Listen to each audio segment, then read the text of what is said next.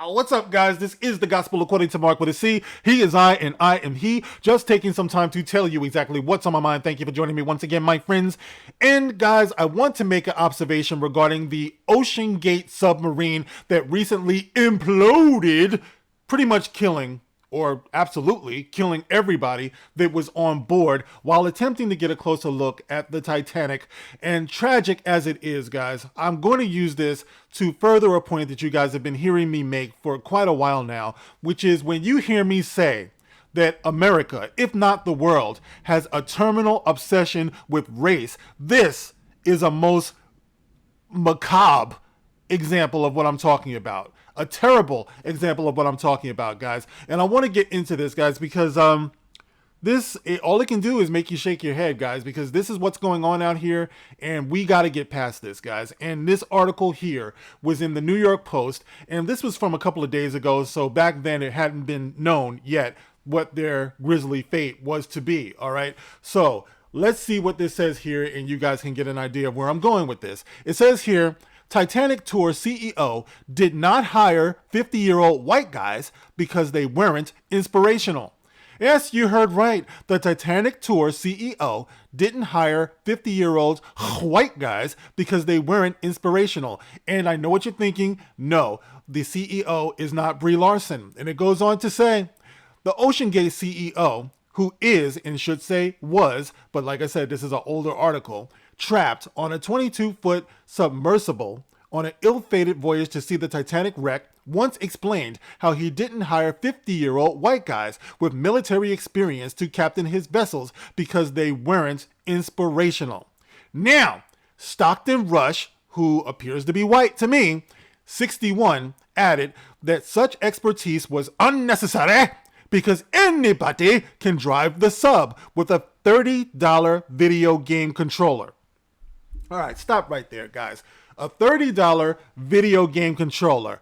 Mother effer, even a PlayStation 5's controller costs more than what he's talking about here. You're going to pay upwards of what, like anywhere between, whether it's pre-owned or whatever, between $50 and maybe a buck $1.25 or something like that, right? Depending on what it can do. But you're talking about taking the lives of 4 other people in addition to your own.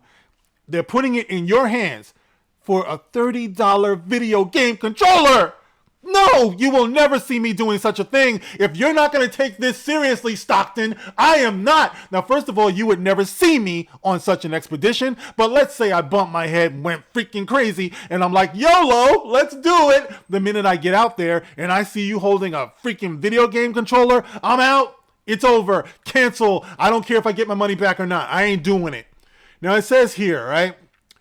When I started the business, one of the things you'll find, there are other sub-operators out there, but they typically have, gentlemen who are, ex-military submariners, and we ain't talking about Namor, Akukukan. No, we're talking about real ex-military submariners, and then you'll see a whole bunch of 50-year-old white guys. Ew. Rush told Teledean Marine in a newly resurfaced outdated Zoom interview, or undated Zoom interview. I wanted our team to be younger, to be inspirational, and I'm not going to inspire a 16-year-old to pursue marine technology, but a 25-year-old, who's a sub-pilot or a platform operator or one of our techs, they can be inspirational, he continued. All right, he's using this word inspirational an awful lot. You know what's inspirational, Stockton? Or maybe if you knew what was inspirational. What's inspirational is surviving, is living, is inhaling, exhaling. I feel alive! And that is very inspirational. To live is inspirational. And I don't know about you guys, you can get in the comment section and let me know. I don't put my life and my inspiration and what inspires me over my racial sensibilities. I don't care if I'm on an airplane, if I'm on a submarine.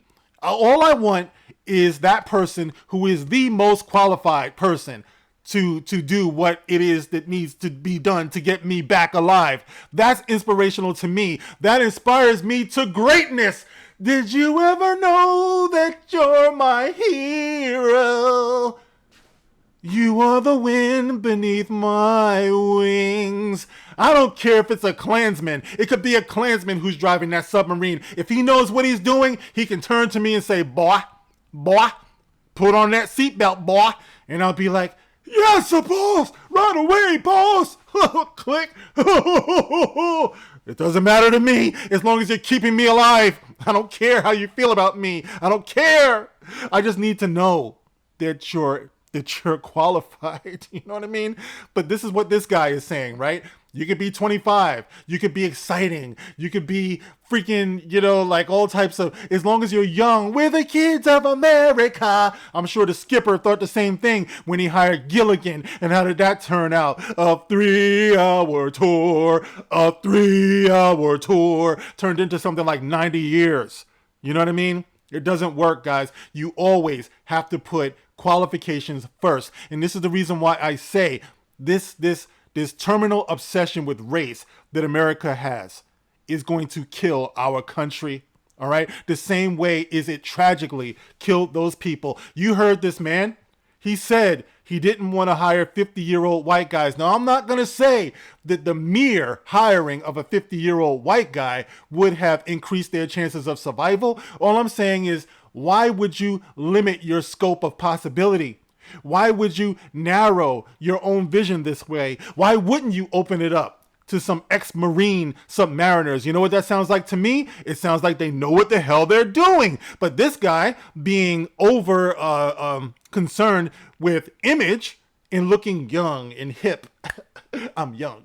I'm hip. I hire Generation Z. Generation Z doesn't even want to go back to the office. They don't even want to go back to work, let alone your freaking fucking submarine.